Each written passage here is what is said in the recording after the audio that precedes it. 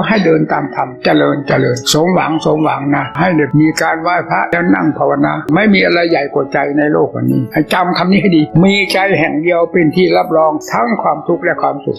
ทั่วแดนโลกธาตุมารวมอยู่ที่หัวใจแห่งเดียวไม่มีที่สถิตไม่มีที่เก็บที่อยู่นะถ้าทำไม่ดีทุกข์จะไหลเข้ามาถ้าทำดีทุกข์จะไหลเข้ามาที่นี่ให้แก้ไขดัดแปลงตัวเองที่เห็นว่าบกพร่องตรงไหนให้ปรับปรุงเข้าสู่ปีใหม่ของเราให้ราบรื่นดีงามตลอดไปจนปีใหม่ไปอีกแล้วก็ปฏิบัติความดีต่อกันไปอีกแล้วบ้านเมืองของเราก็จะมีความสงบร่มเย็นเพราะจึงปรับปรุงภาชนะอันดีงามนี้ไว้สำหรับบรรจุความสุขที่จะไหลเข้ามาความทุกข์มันไม่เข้าถ้าเราไม่สอดแสวงหามันในทางที่ผิดความทุกข์ซึ่งเป็นผลก็ไม่ตามมาที่เก็บของใจนี้ต้องปรับปรุงที่เก็บให้ดีถ้าปรับปรุงไม่ดีแล้วที่เก็บนี้จะเป็นเหมือนกับนรกเผาเจ้าของนั่นแหละถ้าเจ้าของตั้งหน้าตั้งตาปฏิบัติตัวให้ดีแล้วเรียกว่ามีสติสตังมีปัญญาพินิจพิจารณาแล้วจะทำตั้งแต่ความดีแล้วความสุขจะเข้ามาที่ใจนี้หมดให้จดจำอันนี้เอาไว้นะวันนี้ก็พูดเพียงเท่านี้แหละพอหอมปากหอมคอต่อไปนี้จะให้ศีลให้พรฟัง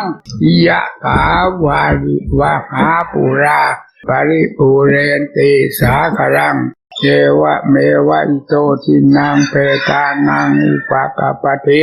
อิจิตังปฏิตังตุมหังคิปเมวะสมิจจตุ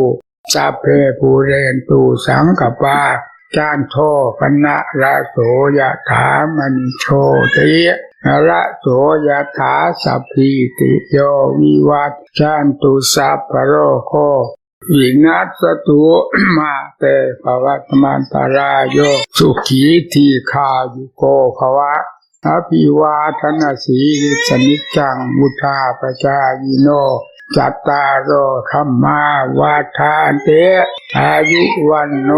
สุขังภะลัง